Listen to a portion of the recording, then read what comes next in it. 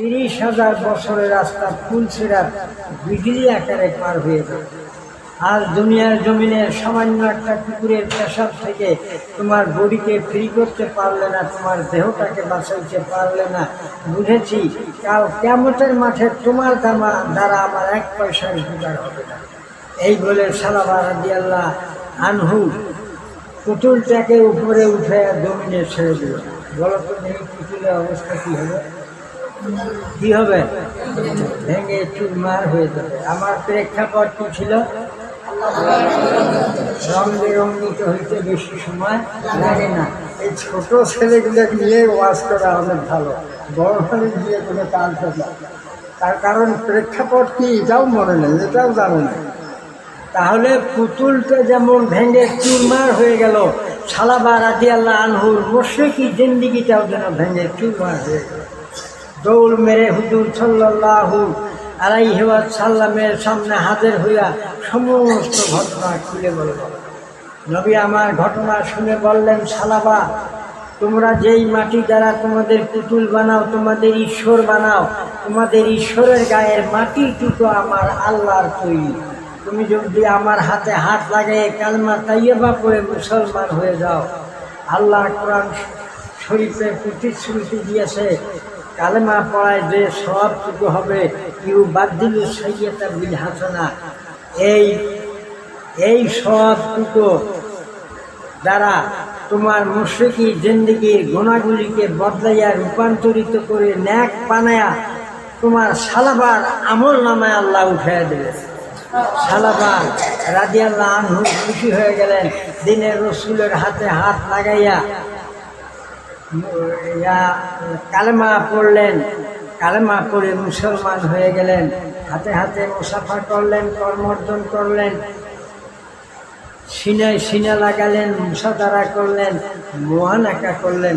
এই 3টা শব্দ হয়তো আপনারা বুঝেন না। মুসাফা এটা আমাদের আরবি শব্দ। মুসাফা হলো বাবে মুফালাতের মাসদার। বাবে মুফালাতের বৈশিষ্ট্য হলো 2 পাডি লাগবে, 2 পাডি ছাড়া হবে না।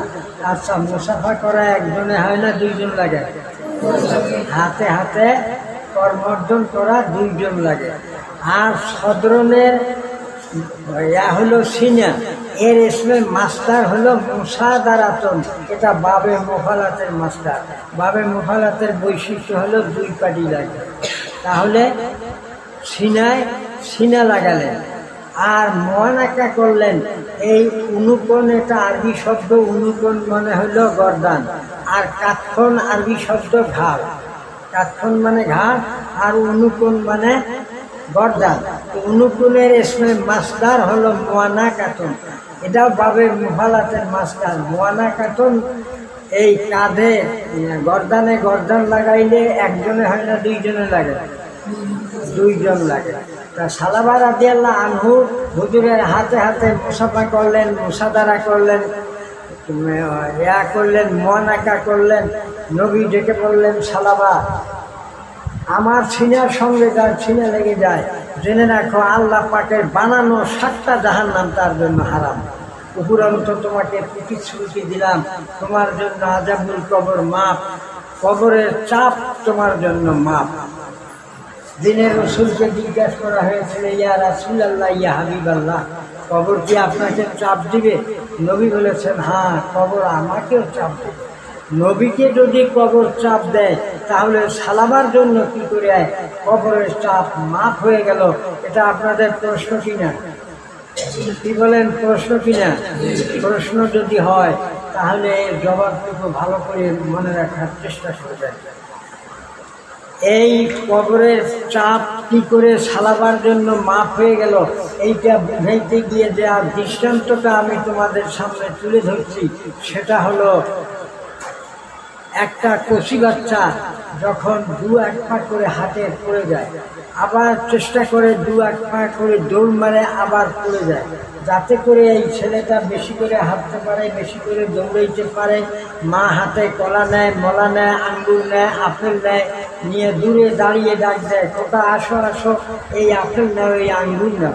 ছেলেটা গুগুর গুগুর করে দৌড়ে মায়ের দিকে এসে মাকে জড়াইয়ে না ধরে দু হাত ফাঁক থাকতে অপর দিকে দৌড়ে। আচ্ছা বলেন তো, এসে মাকে ধরবে তবে তো মা আঙ্গুর দিবে, ঠিক কিনা?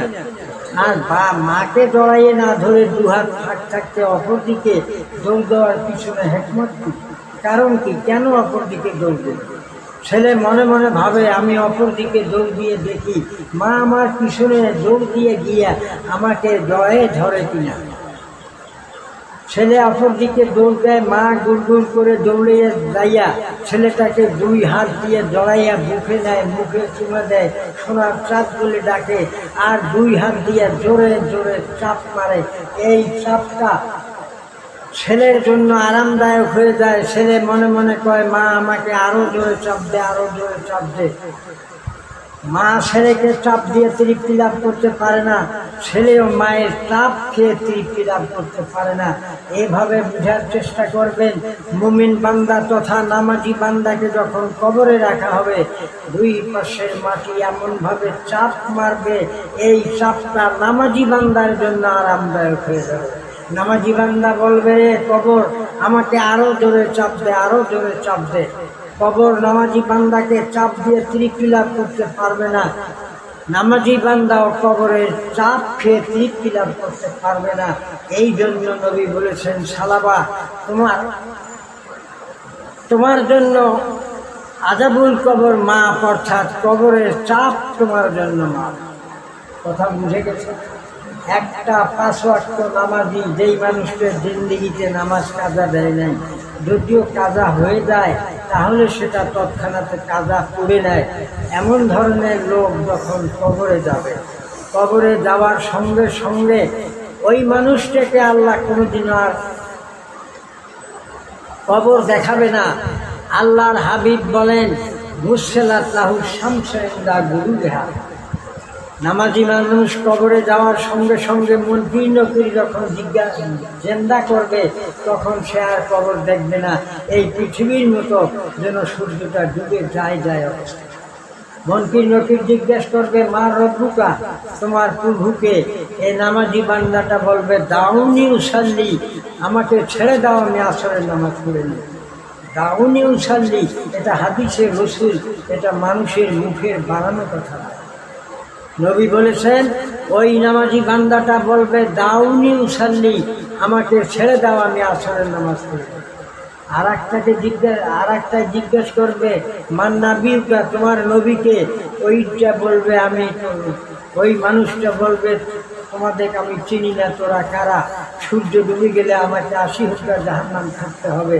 তোরা আমাকে একমাত্র পানি দে, উজু করে প্রভুর পায়ের সামনে সেজদায় পড়ে যাবে। তাহলে এক ওয়াক্ত নামাজ কাজা করলে কত হুক্কা জাহান্নাম? 80 হুক্কা। তার এক হুক্কার সময় সীমা হলো 2,88,00,000 বছর। বুঝে গেছে? এক হুক্কা 2,88,00,000 বছর। এক ওয়াক্ত নামাজ কাজা হলে 80 হুক্কা কাজা, 80 হুক্কা জাহান্নাম থাকতে হবে। তাহলে চিন্তা করেন 80 হুক্কা কত কোটি বছর। তা আমি বলতে চেয়েছিলাম, নামাজি বান্দাকে কবরে রাখার পরে পরে আল্লাহর নবী বলছেন, মুসলাত লাহু শামসুন ইনদা গুরুবিহা।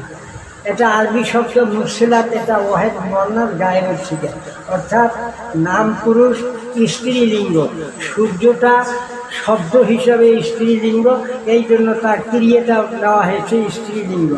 মুসলাত লাহু শামসুন, শামসুনটা হলো শব্দ হিসেবে স্ত্রীলিঙ্গ, এই জন্য তার ক্রিয়া দেওয়া হয়েছে স্ত্রীলিঙ্গ। মুসলাত লাহু শামসুন, ওই কবরবাসীর জন্য সূর্যটার পরিবেশ সৃষ্টি করবেন। কি পরিবেশ?